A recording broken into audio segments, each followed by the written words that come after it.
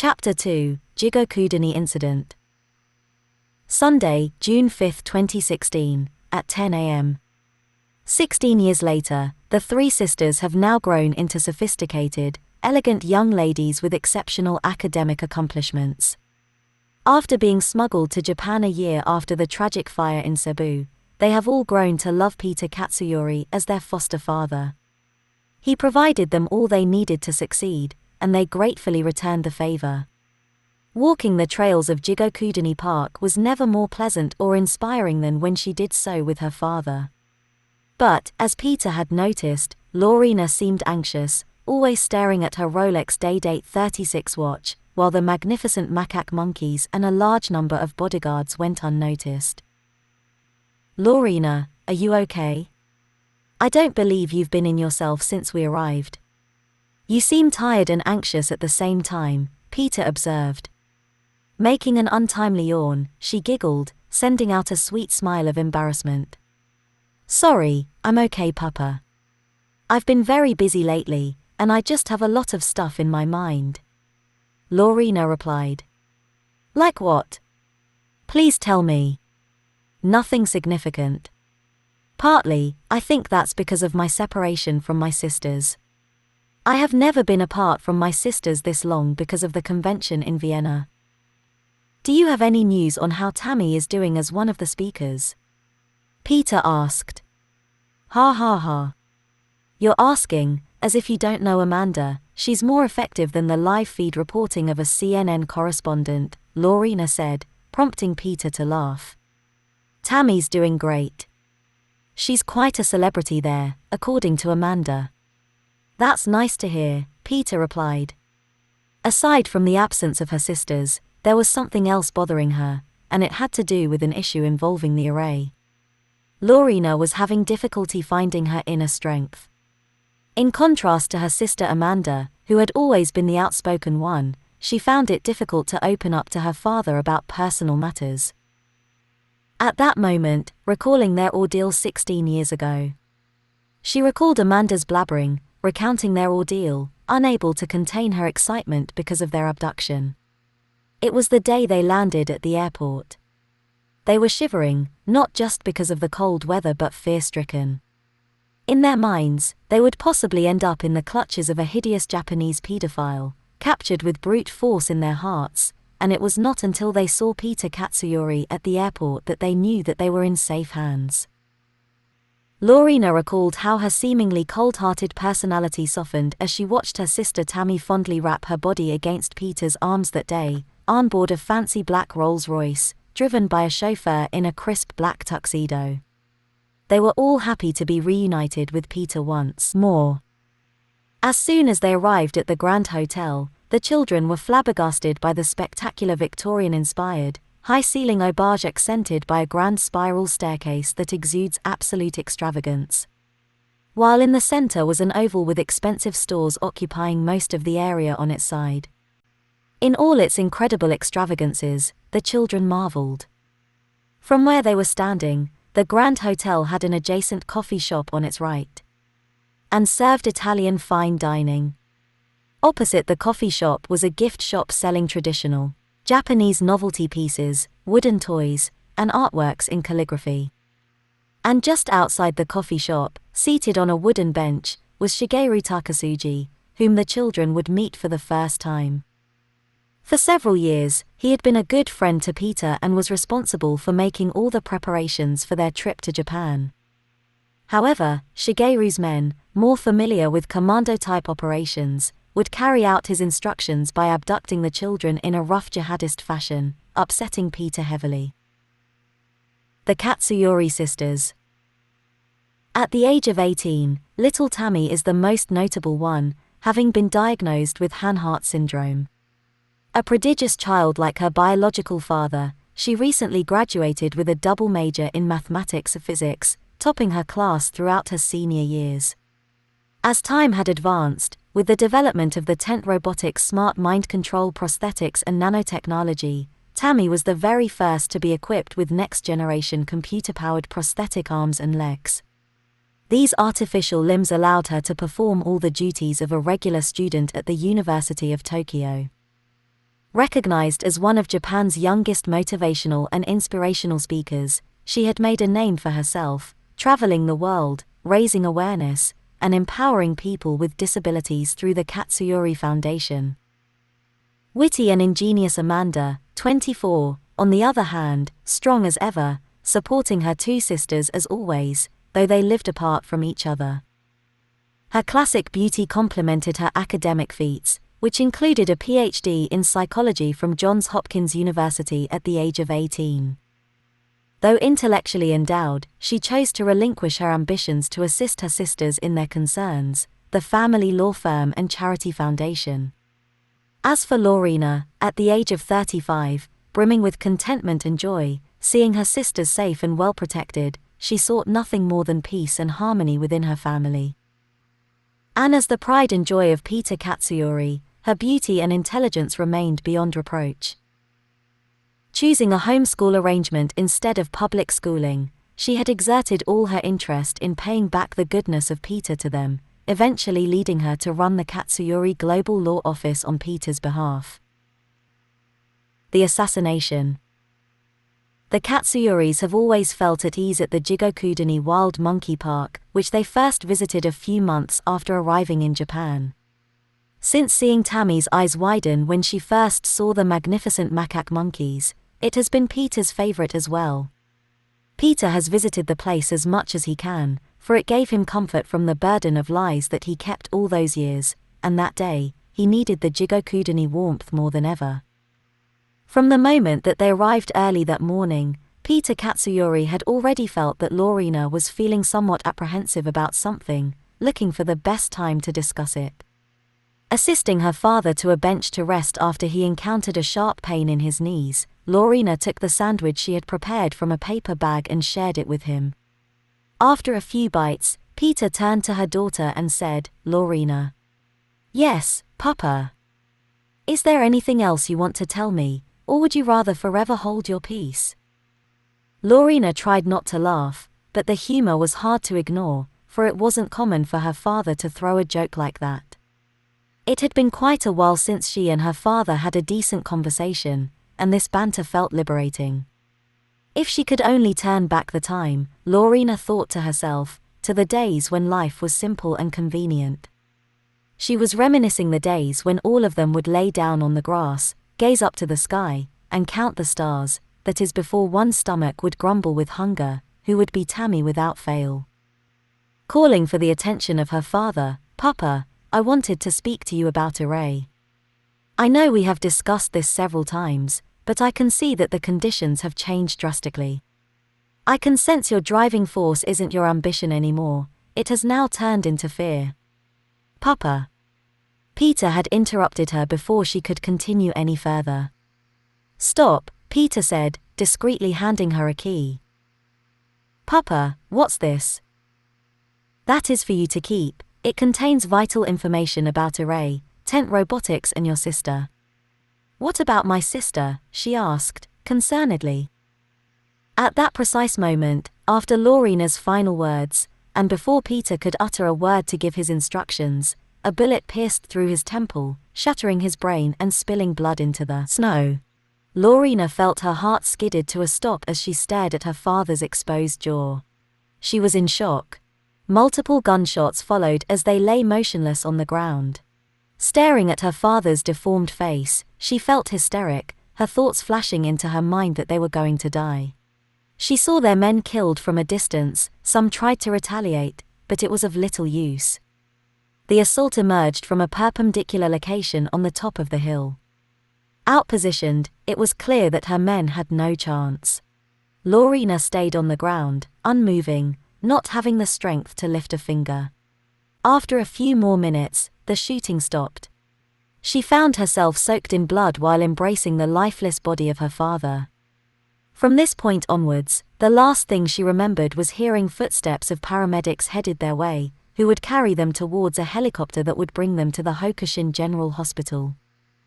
At the hospital, plunging into depression and paranoia after the violent death of her father at the Jigokudani Monkey Park, having frequent visions of the incident that killed all of their men, Lorena was sedated to return her to normal levels of anxiety. It was a massacre, and she alone survived.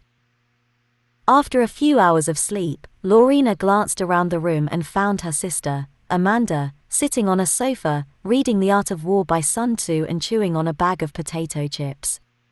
"How long have you been sitting there?" Lorena asked. "Since your doctor gave you sedatives to control your hysteria." Examining the condition of her sister before continuing, Amanda said, "I can come back in a much better time if you feel that you need more time to rest." Lorena looked out of the window, trying to remember specifics of the incident which took the life of her father.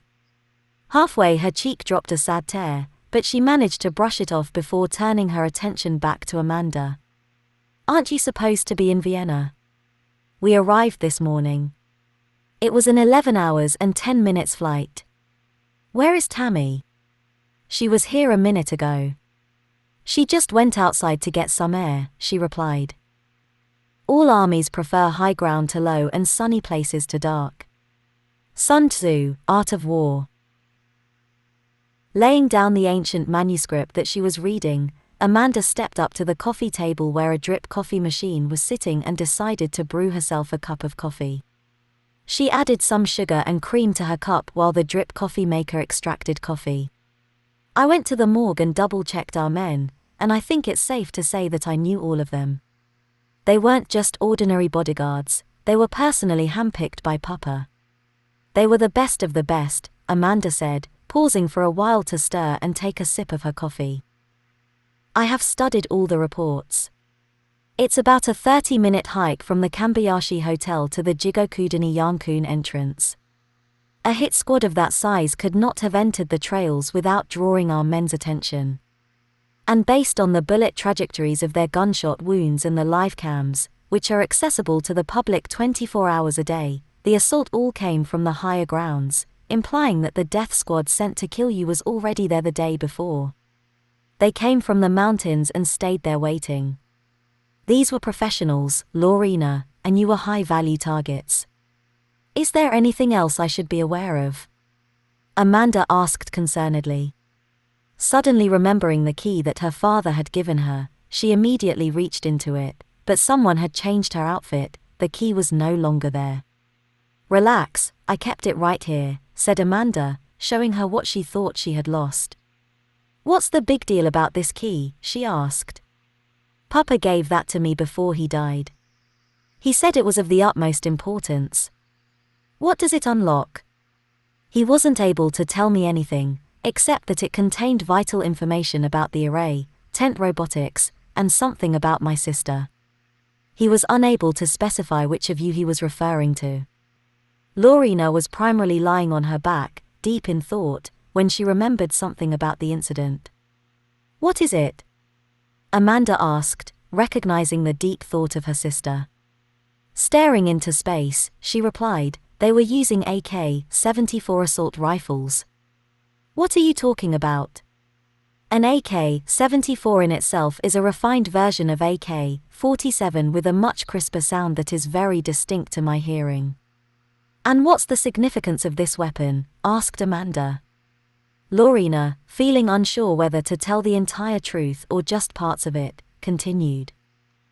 2 months ago, an enormous shipment of the AK-74 assault rifle was delivered to Shigeru Takasugi as part of a major arms deal that I administered. We've been living a life of crime, Amanda. Through the dark web, Papa worked with huge crime networks, focused on illicit markets around the globe. "Are you serious?" Amanda asked, visibly perplexed. "Yes, I'm serious." "What role do you play in all of this?" "My international trade practice serves a function. I've purchased and smuggled firearms from the Nicaraguan government, former Soviet states, and the Salvadoran military, to name a few." "This explains your insane collection of firearms," Amanda replied, with a disturbed facial expression. "I'm afraid so," Lorena answered. Astonished at how they managed to keep all of that from her, she didn't want to believe what her sister was saying, hoping Lorena would burst out laughing, that it was just an ugly joke, but her hopes faded. "The person whom you are suspecting is not just an ordinary man, but a second father to us all.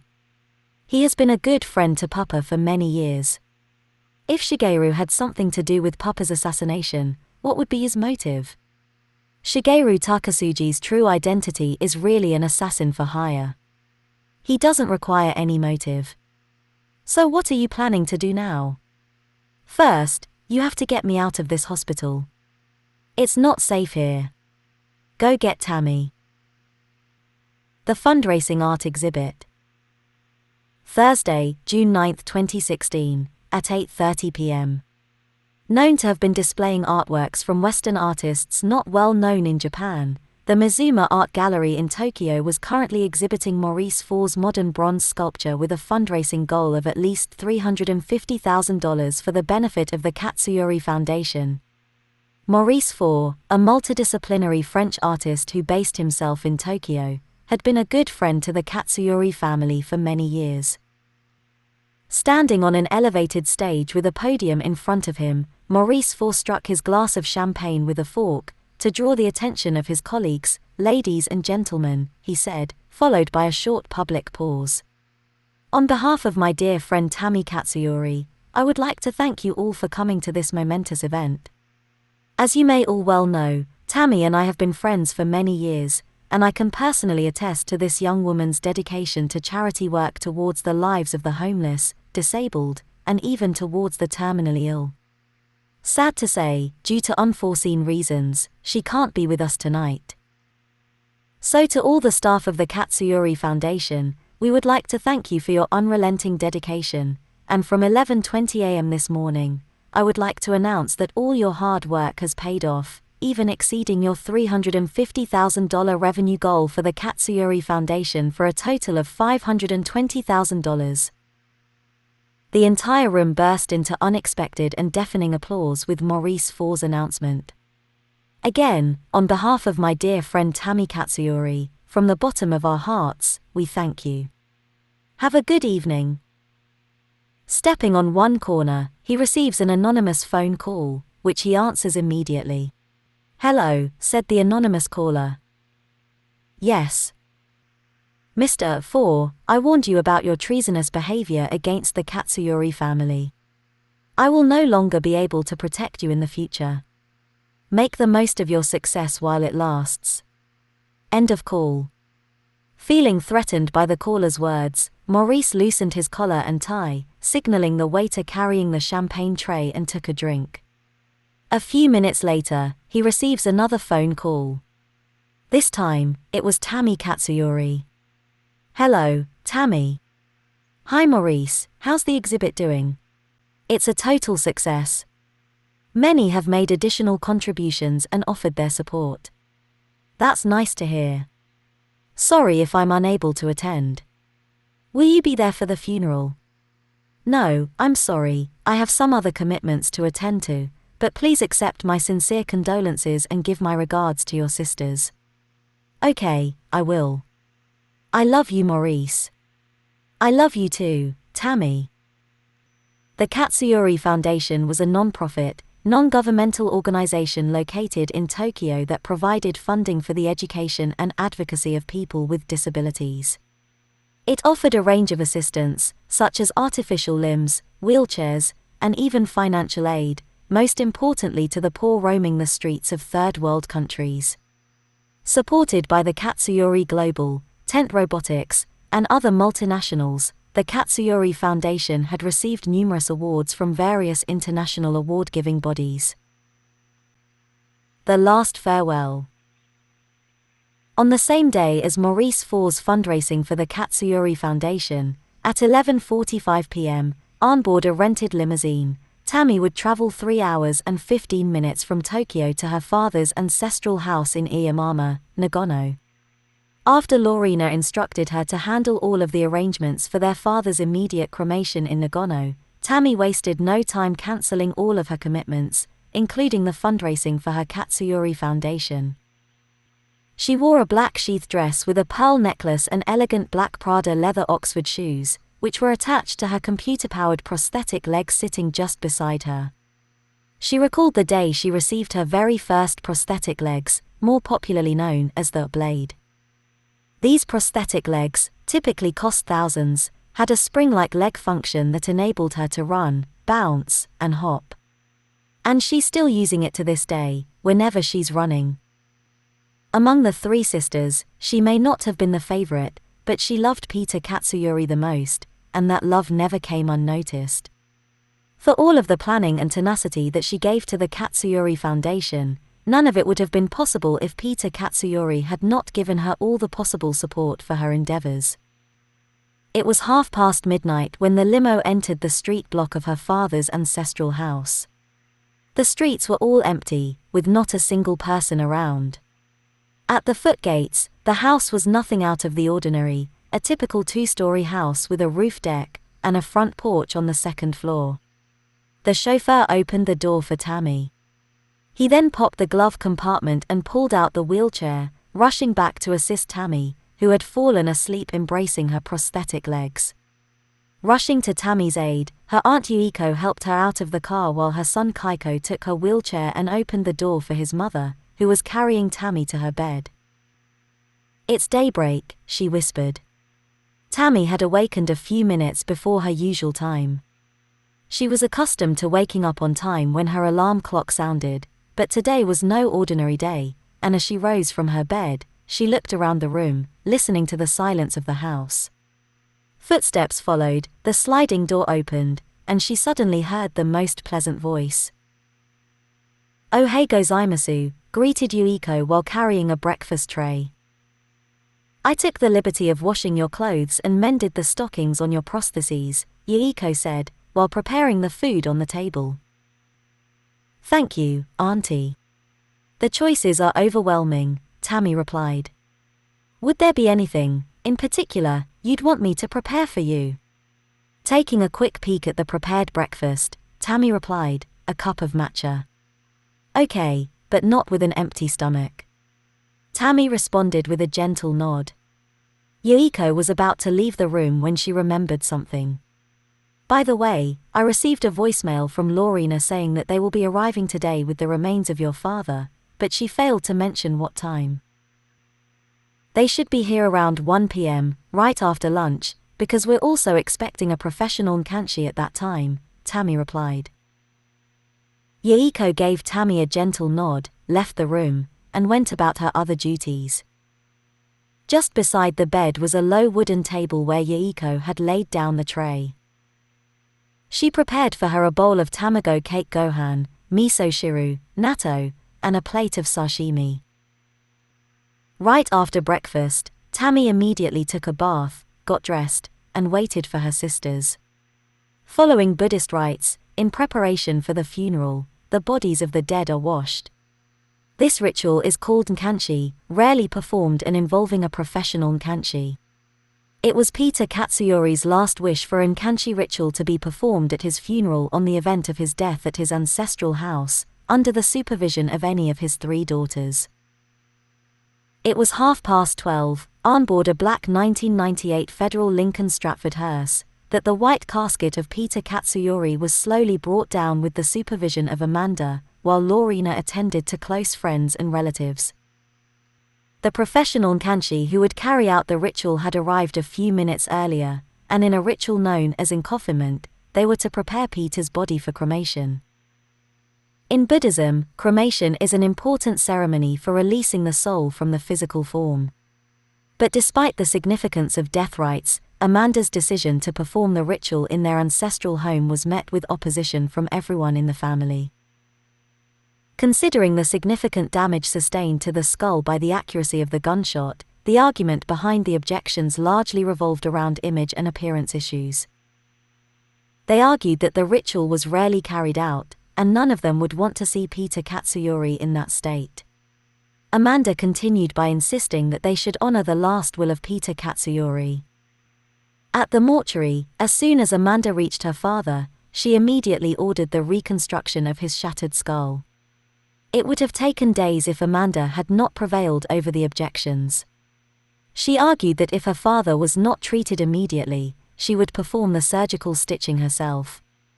The procedure was carried out on the spot, probably because of her persistence, the mortician's compassion, and the amount of money she was willing to pay. "Aunt Yuiko, how is Tammy doing?" And where is she? Lorena asked. Please do forgive your sister if she's unable to face you, or anyone else at this moment. She's currently having a rough time accepting her father's death. She's requesting to be permitted not to wear any of her prosthetic limbs in the ceremony, Yuiko said. Lorena struggled to keep her emotions intact as she listened to Yuiko, and in a polite gesture of touching Yuiko's shoulders, she left her presence and went up to Tammy's room. Before entering, Lorena knocked twice on the door. When she opened the door, Tammy was lying on her bed, crying. During times of mourning, it was customary for their family to reserve any display of emotions until the day of the actual burial. Onsen. Lorena made a relatively long pause as she stared at her, not knowing what to say. After a relatively long silence, she lifted her, headed towards the bathroom, and stepped into the bathtub with her. There, inside the tub, Lorena comforted Tammy as they both cried in silence. During this time, all guests waited in a room with a unique interior design that featured tatami mats as flooring, a good view of an expanded Zen garden with carefully arranged rocks and raked sand reflecting water waves, while a partially opened shiji, wooden sliding door, provided natural light. The guests have started to arrive one by one, removing their shoes as they enter the house with the assistance of Kaiko and Yuiko. A few minutes later, Lorena descended from the stairs carrying Tammy, signaling the start of the ritual. All of the immediate family positioned themselves in the front row. The ritual started with the cleansing of the body, followed by the wearing of clothes, and the application of proper makeup. Although reconstruction on the skull had already been performed, the facial structure of Peter Katsuyori was extremely damaged, and the decision to cover the face with a piece of soft chiffon fabric was made. Tammy was lying down on Lorena's lap, choosing not to watch. She recalled the day when their father once came home with a very unusual gift, 100-year-old bunraku, Japanese puppets. The puppets were antiques, expensive and have been enclosed in a wooden box with several different heads of different characters and different hand gestures. The sisters were never permitted to play with the puppets unsupervised, for these were no ordinary toys, but still, they had so much fun with it, and their father would even build a theater for their theatrical performance in front of a huge crowd. Tammy remembered the time when they would carefully dress up their bunraku. Just as their father was being dressed, at that very moment, tears fell to their faces. Following the ritual was the final farewell of cremation, which was administered very quickly. Consumed with uncovering the truth behind her father's assassination, Amanda wasted no time spearheading the investigation after her father's funeral, and 3 days later, she received the forensic results. Knocking on Lorena's apartment door and handing her a brown envelope. "What's this?" Lorena asked. "That is the report from the ballistic forensic experts. According to the investigation, they discovered a large number of 5.45 x 39mm cartridges at the crime scene. These were AK-74 ammunition. Your theory checks out.